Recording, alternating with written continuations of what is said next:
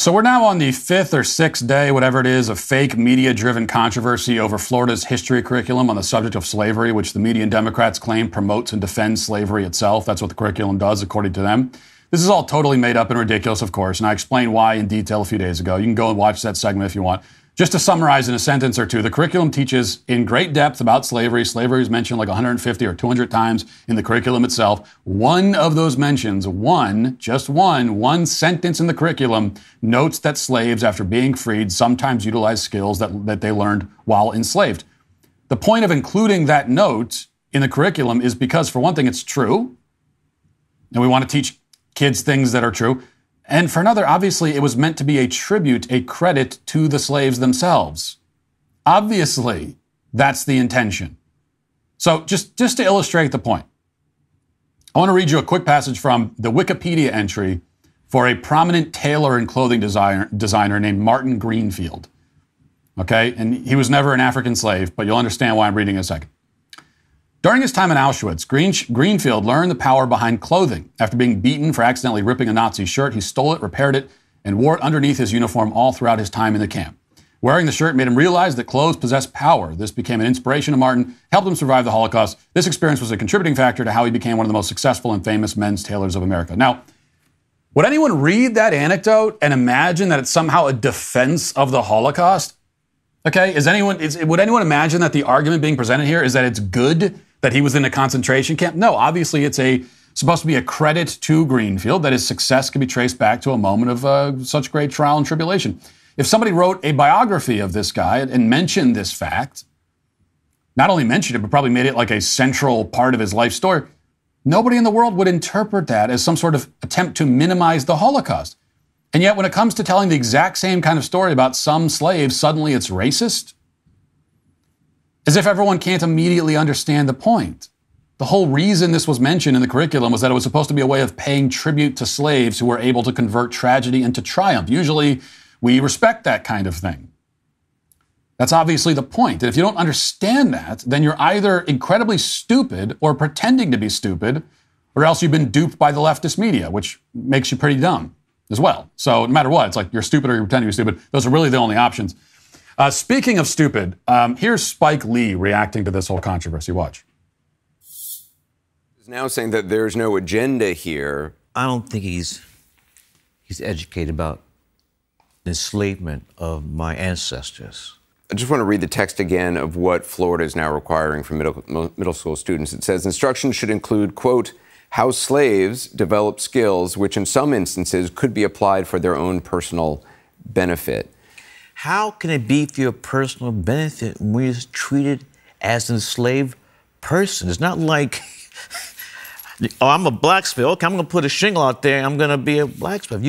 You were owned. One of the arguments being made by supporters of Governor DeSantis is that that schools were teaching kids to hate America by teaching, the history of slavery in this country, the history.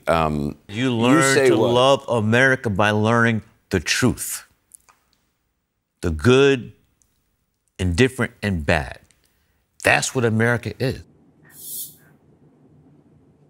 This is the level. I mean, this is it. Everything you just watched there, that's the level of discourse on the left. That's what you get from cable news now. That's it right there. I mean, everything you heard. It's just a combination of straw men, red herrings, total nonsense. I mean, I don't even know where to start.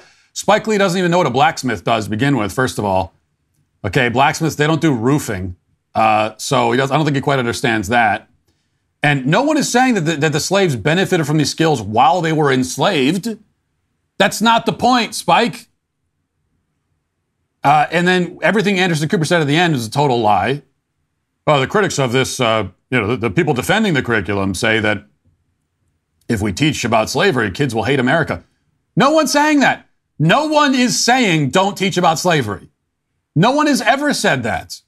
It's part of American history. I'm a big fan of teaching American history. Teach the whole thing.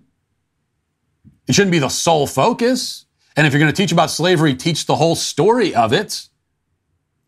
Okay, if kids graduate high school after K through 12, 13 years of formal education, and they think that slavery was unique to America or Western civilization, which many kids do, that's a failure of the education system. You haven't taught them the whole story. It's like a basic fact of human civilization they don't know. So, yeah, absolutely teach about slavery. Teach everything about it. Teach the whole damn thing. And then teach the rest of American history, too. So no one is saying that. But you notice something. Spike Lee never had a problem with this kind of instruction, with these facts about slavery being taught until now. None of these people did. As the Daily Wire reports, quote, the College Board included a similar goal in its course framework for AP African American Studies for 2023 through 2024. The curriculum identifies as essential knowledge this, quote, in addition to agricultural work, enslaved people learned specialized trades and worked as painters, carpenters, tailors, musicians, and healers in the North and South. Once free, African Americans used these skills to provide for themselves and others. The College Board's AP college prep classes are available in thousands of schools across the U.S. How is that any different from what you hear in the curriculum in Florida? It is not different. It's the exact same point.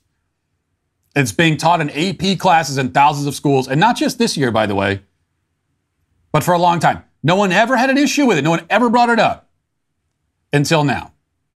You know, a company is looking out for you when they actually upgrade your service and don't charge you for it. This is great news for new and current Pure Talk customers. Pure Talk just added data to every plan and includes a mobile hotspot with no price increase whatsoever. If you've considered Pure Talk before but haven't made the switch, well, take a look again. For just $20 a month, you'll get unlimited talk, text, and now 50% more 5G data, plus their new mobile hotspot. You get all of that. This is why I love Pure Talk. They're veteran-owned, and they only hire the best customer service team located right here in the great USA. Most families are saving almost $1,000 a year while enjoying the most dependable 5G network in America. Remember, you vote with how you spend your money, so stop supporting woke wireless companies that don't support you. When you go to puretalk.com/Walsh, you'll save an additional 50% off your first month because they actually value you. That's puretalk.com/Walsh. Pure Talk, wireless for Americans, by Americans. You know, buying a new car can be a stressful experience for anyone, especially if you're a first-time buyer, if you have no credit. Before you walk into a dealership and spend the entire day with the crowd, stress, or potential of not even find the right car, you need to check out CarZing. CarZing is completely changing the way that you buy a car online. By partnering with credit agencies, lenders, and over 25,000 dealers nationwide, CarZing provides you with everything you need before stepping foot into a dealership.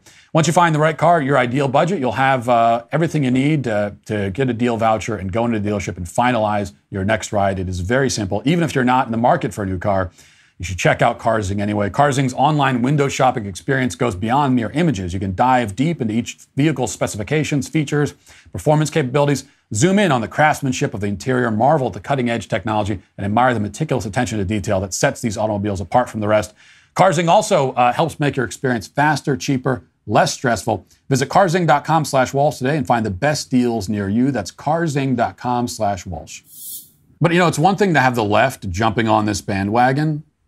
The problem is when the right joins in the race-baiting dog pile, which the right has shown an increasing willingness to do. First, Representative Byron Donalds, who's a Republican representative, tweeted his general support for the curriculum, but said, quote, the attempt to feature the personal benefits of slavery is wrong and needs to be adjusted. And then Tim Scott jumped in yesterday with this. Listen. As a country founded upon freedom, the greatest deprivation of freedom was slavery. There's no silver lining in freedom, in slavery. The truth is that anything you can learn, that any benefits that people suggest you had during slavery, you would have had as a free person. What slavery was really about separating families, about mutilating humans, and even raping their wives.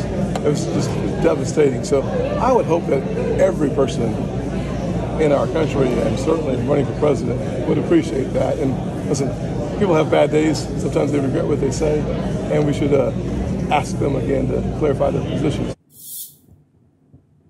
Okay, you are being manipulated, Tim, by the left into explaining why slavery is bad, as if anyone doesn't understand that. And also accusing your own side of being pro-slavery or thinking that there are good things. This is all from the left. And you, Tim Scott, I just read you the standards for AP college courses. Why didn't you ever say anything about that? You never cared about that. It was never a problem. It wasn't a problem until the left and the media told you, and Kamala Harris told you that it's a problem, and now it's a problem for you. One thing I've heard from some people on the right who have said, it is a little like, I don't know, I don't like that language in there. Oh, you pathetic morons. Why is it a focus? We don't need to It was not the focus, you idiots. It was not the focus. It's one thing mentioned out of 190 things. The left made it a focus, and you are stupid and going along with it because you haven't learned how these people operate. And to start with, anytime you hear the left saying anything about anything related to race, never believe it on face value. Assume that they are lying, because they always are. If you are saying something about a race-related issue or a gender-related issue or any issue related to any so-called protected class, if you're saying something and it's exactly the same thing as what Kamala Harris is saying, you need to stop and think very hard about that. Because the chances that she's right and being honest are infinitesimal. Now, I know that I'm saying all this and, that Tim Scott was being manipulated. I myself am being somewhat naive because he's running for president and he probably knows exactly what he's doing. But he's attacking from the left. And if there is one commandment, if there is one rule that we should all follow, okay, it's not, never attack your own side, never criticize your own side. No, that's not the rule. Of course you criticize your own side. I'm criticizing Tim Scott right now. Not that he's really on my side. But you never attack from the left. Ever. Ever. You never go after your own side from the left. Go after them, you criticize them, never from the left. That is the unforgivable sin. If there is one sin among conservatives, it is attacking your own side from the left. You do that and you should be dead to us at that point. The moment you do that, it's over. You adopt the left's talking points to go after your own side. Screw you, you're done. We don't need you. Go join them if you want to play this game. If you want to play the game of pretending that there are conservatives who need you to explain to them that slavery is bad, if you want to play that game, then just go away. Go play it with the left. Go become a Democrat. That's what you are. I have no patience for this. It's absolutely disgraceful, and I hate it. Thanks for checking out this video. If you'd like to listen to my full podcast on the go, you can check out The Matt Walsh Show on Apple Podcasts, Spotify, or wherever you get your podcasts.